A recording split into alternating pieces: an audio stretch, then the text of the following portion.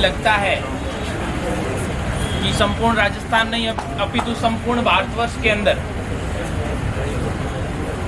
इस दुख की घड़ी में 36 कौम के लोग मानवता के नाते, एक इंसानियत के नाते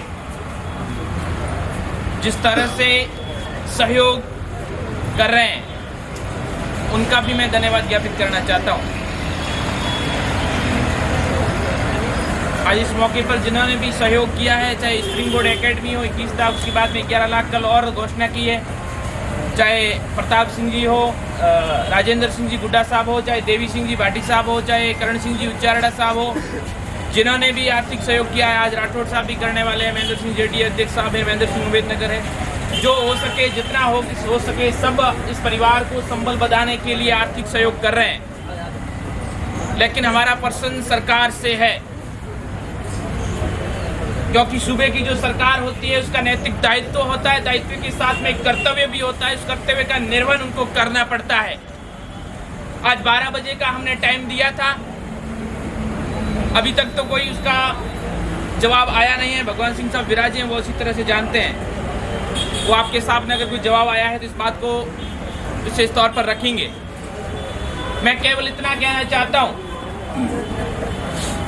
कि एक नैतिक जिम्मेदारी के तहत सरकार को इस बात को जानना चाहिए कि जिस परिवार से पूरा का पूरा गांव वीरान हो गया, जिस गांव से 31 अर्थियां उठती हो, इससे बड़ा दिल दहलाने वाली घटना कोई हो नहीं सकती, और मैंने मेरे जीवन के अंदर राजस्थान के अंदर सुनी नहीं है, और भगवान करे ऐसा किसी के साथ हो भी नहीं। जिस परिवार से 6 अर्थियां उठती है, एक परिवार से जिन्होंने अपने माता को, अपने पिता को, अपने भतीजों को, अपनी बहन को खोया हो, इससे बड़ा दुख कोई हो नहीं सकता है बंधुओं। और विशेष तौर पर मैंने इसमें देखा है कि 36 कौम के लोग बिना कोई राजनीति किए यहां पर मजबूती के साथ में डटे हैं। उन सभी का मैं धन्यवाद ज्ञापित करना चाहता हूं।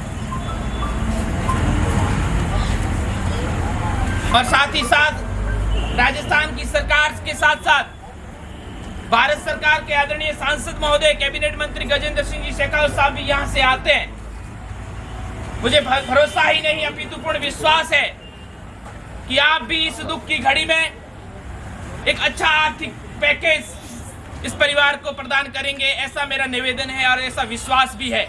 और आप सब इस मानवता के नाते, आपका संसदीय क्षेत्र होने के नाते, आप सब उनकी भावनाओं को समझते हुए उन पर खरा उतरेंगे।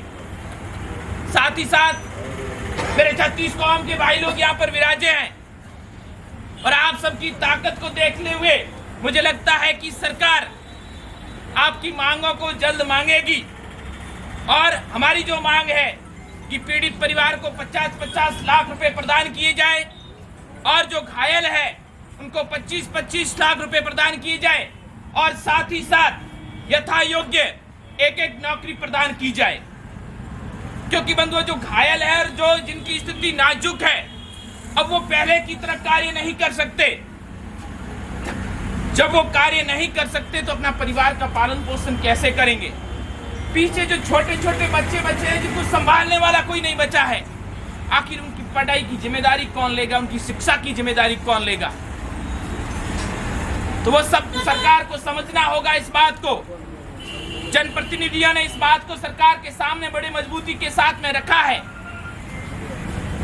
इस परिवार के अंदर केवल एक परिवार नहीं, केवल एक जाति विशेष नहीं, कहीं न कहीं 36 कौम के लोग उसमें झुलसे हैं। एक सैन भाई दिलीप सैन की भी उसमें डेथ हुई है, उसमें हलवाई भी उसमें जुड़े हुए थे।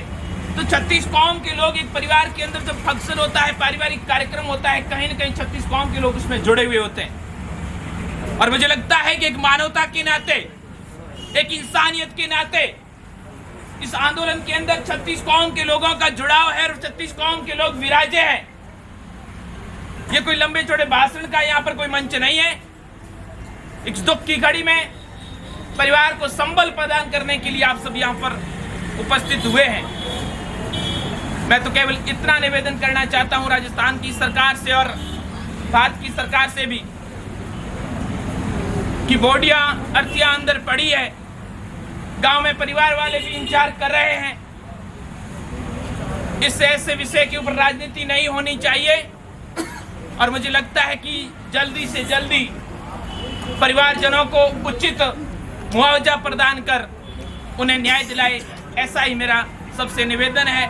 और यहाँ जो जनप्रतिनिधिगण पहुँचे हैं, जिनकी जहाँ जहाँ तक पहुँच है, तो उस बात को सरकार तक मजबूती के साथ में पहुँचाएं, क्योंकि प्रशासन अपना काम करेगा, कलेक्टर इस बात को पहुँचाएगा, उसके साथ में हमारा भी दायित्व बनता है, हमारा कर्तव्य बनता है, हमारा जनप्रतिनिधि होने के नाते ये कर्तव्य बनता है।